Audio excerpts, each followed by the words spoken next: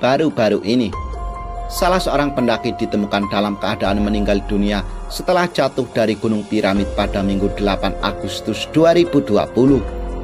Korban yang bernama Multazam dikabarkan terpleset dan jatuh ke dalam jurang saat berusaha turun dari puncak piramid bersama kedua rekannya. Kejadian yang menimpa Multazam sendiri bisa dikatakan mirip dengan apa yang menimpa Thorik Rizky Maulid dan 1 tahun yang lalu. Saat itu, Thorik yang naik ke puncak piramid jatuh ke dalam jurang saat berburu sunset di atas puncak gunung piramid.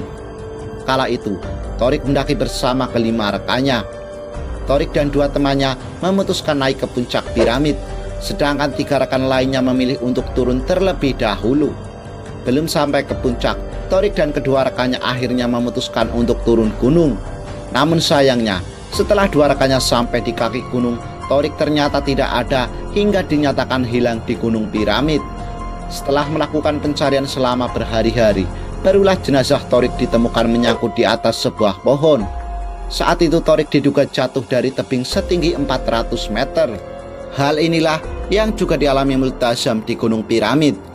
Multazam diduga juga jatuh dari sebuah tebing saat hendak turun dari puncak piramid.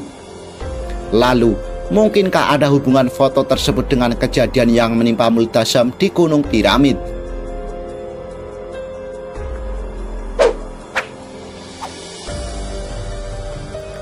Di atas gunung memanglah terdapat banyak hal yang tidak pernah kita ketahui, baik dari makhluk halus penunggu gunung maupun medan yang tidak kita hafal juga mampu membuat kita celaka. Seorang pendaki sebenarnya tidak boleh mengedepankan hawa nafsunya. Apabila suatu keinginan ada dalam hati kita, hendaklah kita menyadari akan kemampuan diri kita yang sebenarnya. Jangan sampai kita memaksakan suatu kehendak, namun justru hanya akan membuat kita celaka.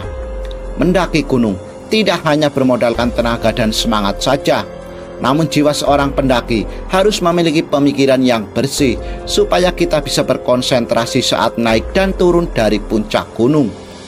Medan yang berat memang seringkali membuat kita celaka apabila kita tidak berhati-hati saat melakukan pendakian. Seorang pendaki seharusnya mampu mempersiapkan segala sesuatunya dengan baik ketika hendak melakukan pendakian.